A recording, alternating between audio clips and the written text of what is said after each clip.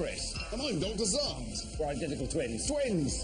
Do you know your body does loads of amazing things every day without you even realising it? This is what kidneys look like. We're going to show you how. Smell my armpit! We've got gobsmacking experiments. Wow! Mind-bending body tricks. And real medical mysteries. I got hit with a wooden cricket bat. So, are you ready to see what you're made of? Coming up today on Operation Ouch. Got my bag. What? You've got my bag? We show you where blood comes from. Right there is a blood vessel. We're going to mess with your mind. And amazing surgery changes Ben's life. So this is the surface of Ben's brain. But first, every year 500,000 people attend the accident and emergency department because of sporting injuries. And here's another one. In accident and emergency, 9-year-old Tamsin is waiting to see the doctors. It's my leg, it's very sore and it's swelled up. Oh dear, that doesn't sound good. When I was in PE, that's when my whole leg went purple, green and blue. Let's find out exactly how this multicoloured mischief happened. Well, there's two parts to this story, Zand. Okay, what's the first? Tamsin was at her Thai boxing class sparring with her partner Riyadh. Ooh, wouldn't want to mess with her. I know, Zand. They both went to do a bandai move, a flying kick, but their knees clashed. Ouch! That's not all, Zand. There's more. What? A couple of days later, Tamsin was playing hockey in PE. Who's winning? Never mind that, Zand, because as Tamsin's opponent whacked the ball, his stick accidentally hit Tamsin's shin. On the same leg! Ooh, double ouch. Here to find out more about Tamsin's troubles is Dr. Helen Stewart. If I try and move your ankle, It's obviously quite sore, Chris. where did that hurt when I did that? Just down there? Okay. Well, I'll stop it there because I've seen a lot of pain and I think we need to get some x-rays. So it's off to get some snaps to see why her ankle is in agony. After a few photos, Dr. Helen delivers the verdict. So I can't see any breaks on the bones, but because of the pain that you're in, we're going to treat you the same as we would if you'd broken something. Which means hot on the leg. Hot is another name for a plaster cast, and I don't think it's what Tamsin was hoping for. No sports for a little while. Oh my... I know. No Thai boxing and no... The cast will make her more comfortable. It'll help the pain, help her to heal. Tamsin's having a back slab, which supports the back of her leg and allows for swelling. I feel so weird. I think we've got a pot star on our hands here, Zand. Hospitals are good, hospitals are bad, and they put me in a flat and I'll be good to go. Tamsin's got talent. She'll need to come back for a checkup on that painful pin. Find out later how she gets on.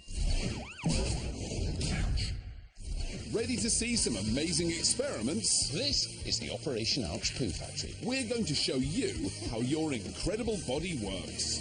Just don't try anything you see here at home. Chris, can I trouble you for a favour? I need to borrow something of yours for an experiment. Is that okay? Yeah, that's fine, whatever. Hang on, trouble me for what? Some of your blood? You've got 8 pints of it. Absolutely not. I'm using mine at the moment. Yeah, but this is a once-in-a-lifetime chance to get it on telly. Ooh, this does sound good, actually. Great. Now remember, we can only do this because we're doctors. Now, you might think I'm being brave for this needle, but you've got to remember that needles don't hurt unless you think they hurt, and I don't think it hurts. Nice work, Zand. I have to say though, for all the vital jobs it does, like carrying oxygen around my body, It's not much to look at, is it? I mean, it's just sort of red and gloopy, right? Wrong! It is much to look at, but only if you put it in one of these. This is a centrifuge machine. This is my centrifuge machine. I've been looking for that. Stop interrupting. We're trying to do an experiment. By spinning Chris's blood around at high speed, the centrifuge machine will separate the different parts that make up blood so we can see them. And 10 minutes later... So there we go. Now, this top liquid layer is called the plasma, and it carries nutrients around your body and also carries waste material that your body wants to get rid of. And underneath the plasma, you can see this red layer, and that is made up of red blood cells, or erythrocytes. And these carry oxygen all around your body. And also in there are the platelets, and those are the cells that help you form blood clots. And right between these two layers, you can see a little bit of cloudiness. Those are white blood cells to fight infection. Well, there we go, Chris. We're all done with that now. Why are you giving me this? I only needed to borrow it. I'm a man of my word. So you've seen what your blood is made up of, but do you know where your blood comes from? Well, we're going to show you. Gross alert coming up. Amazingly, your blood comes from your bones. If you thought your bones were just solid, hard, white things that kept you standing up, then think again, because there's more to bones than that. Now, to demonstrate this, I've got a pig's femur. That's the big bone that you've got in your thigh.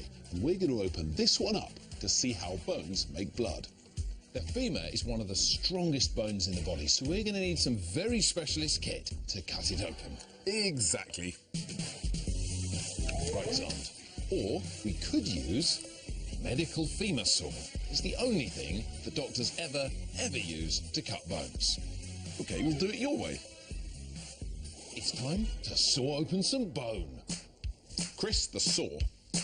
Get ready, because this is going to be a bit messy.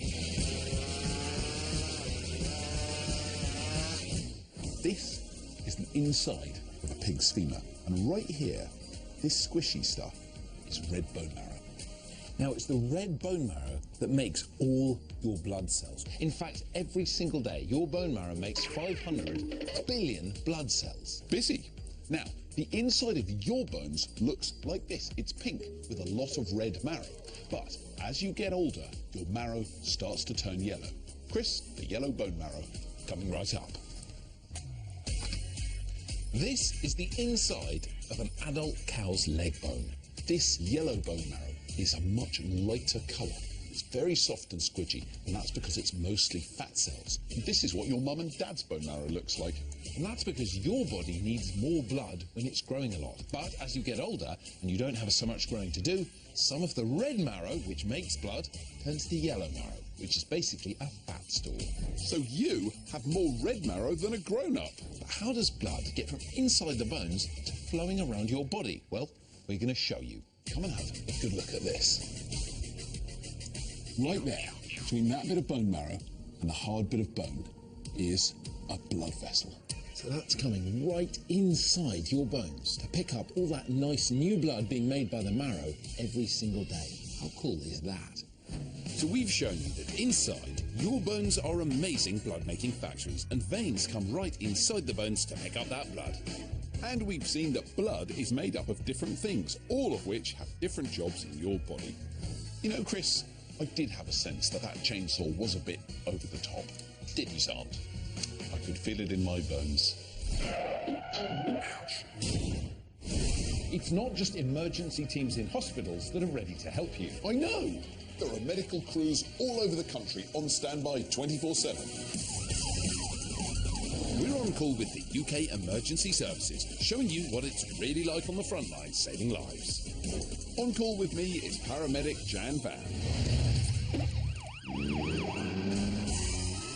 This is a state-of-the-art rapid response vehicle. It can get to the scene of a medical emergency in minutes. And I'm heading out in it to show you what it's like to be a life-saving paramedic.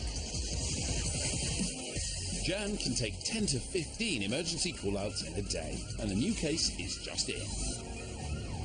We've had a 999 call to see a 32-year-old man who's got a rash and swelling in his mouth. Now that sounds to me like an allergic reaction. So I've got my camera in the front, Eric has got his camera, and we're going to be getting you as close to the action as possible. Only a couple of minutes later, and we arrive at our destination. Hello, is it Alan? Take a seat, my name's Jan.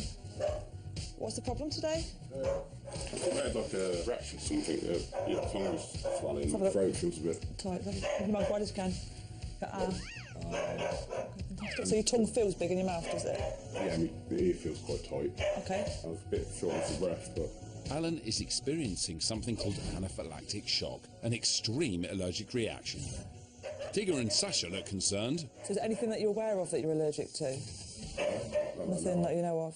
Although Alan's being pretty brave, he has a life-threatening condition. His lips and tongue can swell, and that can cause problems with breathing and swallowing. So it's actually really important that Jan's here. What I'll do is I'm going to give you an injection into your arm in a second with a drug called adrenaline. And you may have heard of adrenaline. It's actually a hormone that your body makes. What it's doing in Alan's case is constricting the blood vessels in his tongue, in his lips, and will actually reduce that swelling. In cases like this, it can be life-saving. I'm sending Alan in the hospital today just so that I can make sure his tongue doesn't swell again. So the drugs I've given only work for a short time. How are you feeling, Alan? Do you feel like it's working? Yeah, I do feel a little swelling's going down. Yeah. An ambulance has arrived to take Alan into hospital. You'll be all right walking out, yeah? Yeah. It's potentially a life-threatening problem that he had, and Jan's really fixed him up. You could see how much the swelling in his lips had gone down, and that happens all the way down his throat and into his lungs. So that's really, really good news, and they'll be able to treat him really well in hospital.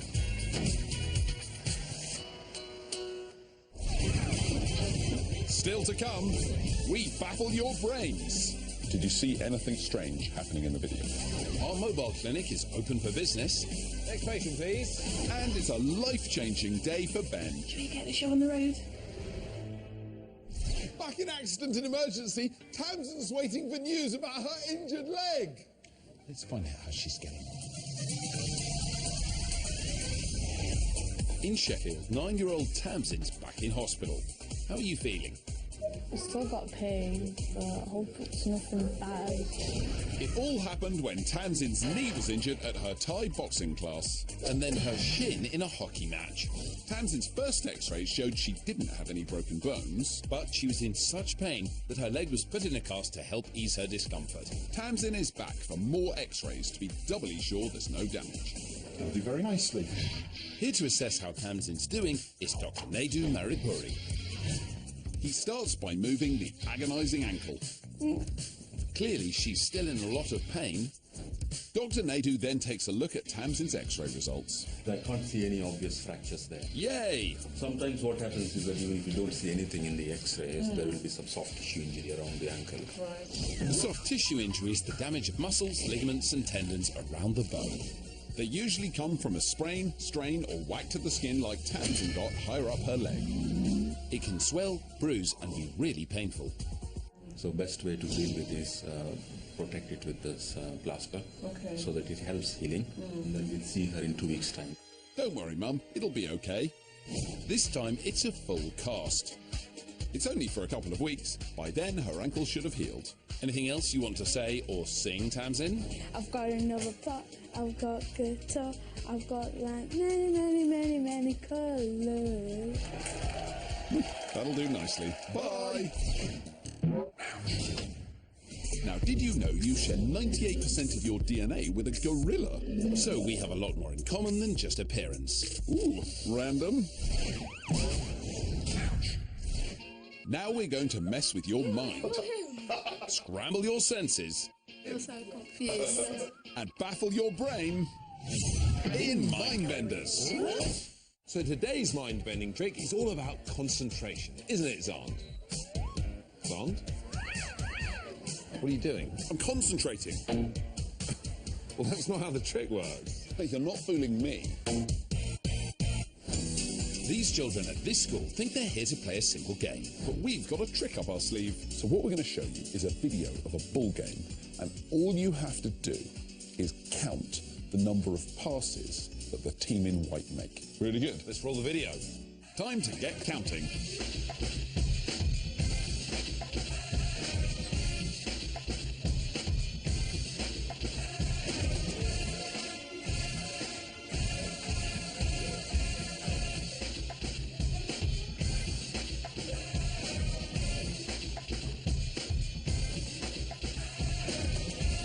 So, how many passes do you think the team in white made?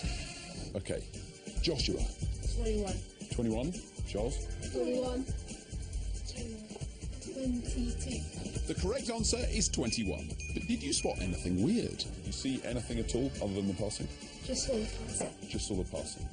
What we didn't tell you was before the match, Zahn dressed up as a gorilla and made an amazing ape appearance during the game. Let's see if anyone spots it this time. Nope, no one seems to have noticed. In fact, it took 3 attempts, and then finally... I saw a gorilla. A gorilla? You think Cecilia's crazy? There was no gorilla, was there? So just watch it again. Don't worry about the passes now. Just see if you can see a gorilla. There is... Wait a minute. There is the gorilla at the back dancing. Oh, that gorilla. Oh, that guy was that! And we fooled the other groups too. Oh, there is that gorilla. Oh, that gorilla. So why didn't they spot it? It's because you're looking at them passing the ball, but you don't notice that the gorilla's going to pass. Cecilia is right. You're so busy concentrating on the passes that you don't notice the gorilla in the room. This is called inattentional blindness, the failure to notice something important because your attention is engaged elsewhere. So always keep your eye out for the unexpected. Well done. I mean, you really got stuck into your part as a gorilla. Well, you know, Chris, whenever I'm asked to take on a part, I try and really get into it. At one point, I was going to interview a gorilla and ask them about their motivation. Sven, you've left your gorilla feet on.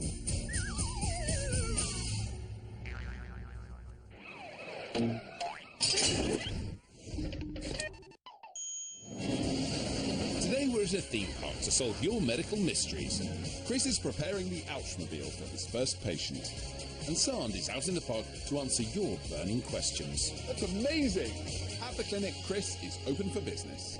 Next patient, please. First in is 9-year-old Alfie with his multicoloured mop. So, Alfie, what brings you to the Ouchmobile today? So, I have a birthmark in the back of my head, which is light brown when all the rest of my hair is dark brown. What's the diagnosis, Doc? Right, this sounds like a classic case of I have a birthmark on the back of my head, which makes some of my hair light brown, while the rest of it is dark brown itis. Well, easy for you to say. Should we have a closer look? Can you open the eyelid for me? So there you are. Yeah. Now, can you turn around and show me this blondish patch? And that just looks like you've got a little spray can of light brown paint and squirted it on the back of your head. Okay. So, the cells that make those hairs aren't making hair pigment, and it's a thing called poliosis. Okay. So that bit of hair may keep getting lighter as you get older. Okay. Well, Alfie, thank you for bringing in your light brown patch of hair on the back of your head. Well, thank you, Dr. Chris. That's a real pleasure. Away from the clinic, Zand is out and about in the park. Why, just before we're about to vomit, does our mouth start to fill with sweat? So what's actually happening is that your mouth is kind of getting ready for you to be sick and trying to protect itself by putting a lot of saliva into your mouth at once. It's just your mouth trying to protect you because, you know, there's a bit of acid in your stomach, it doesn't taste very nice, and so you kind of get a watering mouth just before it happens. Back at the Ouchmobile, there's a new case in the waiting room. Next patient, please. And it's 9-year-old Niella, whose eye needs examining. So, Niella, what brings you to the Ouchmobile today? I've got a spot on my eyeball. What's the diagnosis, Doc? Well, this sounds like a classic case of I've got a spot on my eyeball-itis. Spot on. So we can see the spot on your eyeball. Why don't you open our eyelid? And there you are. Now, I want you to get in really close. And there, we can see it just there. It's very faint, isn't it? It's called scleral melanocytosis. I want to know why it's there. It's a bit like having a freckle in your eye, and it's just where the cells are making a bit more pigment, a bit more of the colour that goes in your skin. But will it stay there forever? Yeah, you will probably have that for the rest of your life. But that's okay, isn't it? I mean, I think it looks quite cool. Yeah. Thank you, Niella, for bringing in your scleral melanocytosis for me to see. Thank you, Dr. Chris. Job done for today. Clinic closed. Your body is amazing, but sometimes it needs fixing. All over the UK, there are special teams of professionals trained to tackle medical mysteries. And some of their work is life-changing. Today I'm meeting 10-year-old Ben, who has epilepsy. Your brain is incredible. It tells your body what to do by sending electrical messages through your nerves to your muscles. Whether you're walking, blinking, or picking your nose, it's these messages from the brain that control movement. But sometimes too many uncontrolled messages come from the brain to the body, creating a storm of electrical activity. When this happens, it's called an epileptic seizure. Epilepsy is a condition that affects 60,000 children in the UK, so you might have it, or you might have a friend who does. Ben has been having seizures for nearly 5 months. As well as medicine, in a small number of cases, doctors can use surgery to treat epilepsy. And that's why Ben has come to Bristol Children's Hospital. So you have these seizures. Now, how often do you have them? 2 times a day sometimes. And what happens when you have a seizure? Do you know? Don't know. Not sure? And why don't you know? Because you're not conscious when you have them, are you? You don't remember them at all? No. So today is a really big day for you. And why is it a big day? Because I'm operation. You're going to have an operation today? Yeah. Ben's incredible surgery involves removing a small part of the brain, which doctors believe is causing his seizures. Ben has had MRI scans and electrodes fitted to his head to pinpoint the exact area to remove. Dr. Mike Carter is carrying out today's operation.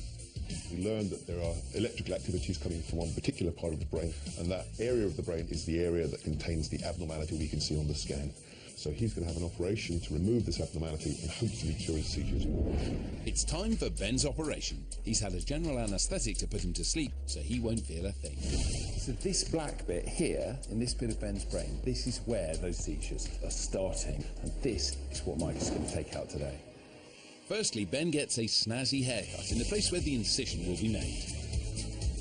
Then Dr. Mike cuts through Ben's skin and muscle to expose the skull. Look away now if you're squeamish. So this is the bone. We're going to mark out where we're going to make some openings into it. What Mike's doing is opening a hatch. He calls it actually a trap door in the side of Ben's skull. And underneath, we're going to get to the brain. There you go. It's a little bone that's come out. Okay, so we'll keep that, put it back in later. Another gross alert coming up. So this is the surface of Ben's brain. And about 2 centimetres under here is that abnormality of the blood vessels that Mike is going to remove. To make sure Dr. Mike gets to exactly the right part, he uses an amazing piece of technology called neuronavigation, which guides him to precisely where the lesion is. Dr. Mike begins to cut into Ben's brain. You can just see a difference in the colour of the tissue down here. I think that's the abnormality. That's certainly where the image guidance is telling us we need to be. So the red, angry-looking blob is the abnormality where we think the epilepsy is coming from. But, there you go. Look at it. Wow. So this is the lesion that Mike thinks has been causing Ben's epilepsy. And he's really hoping that now that he's taken that out, the seizures will stop.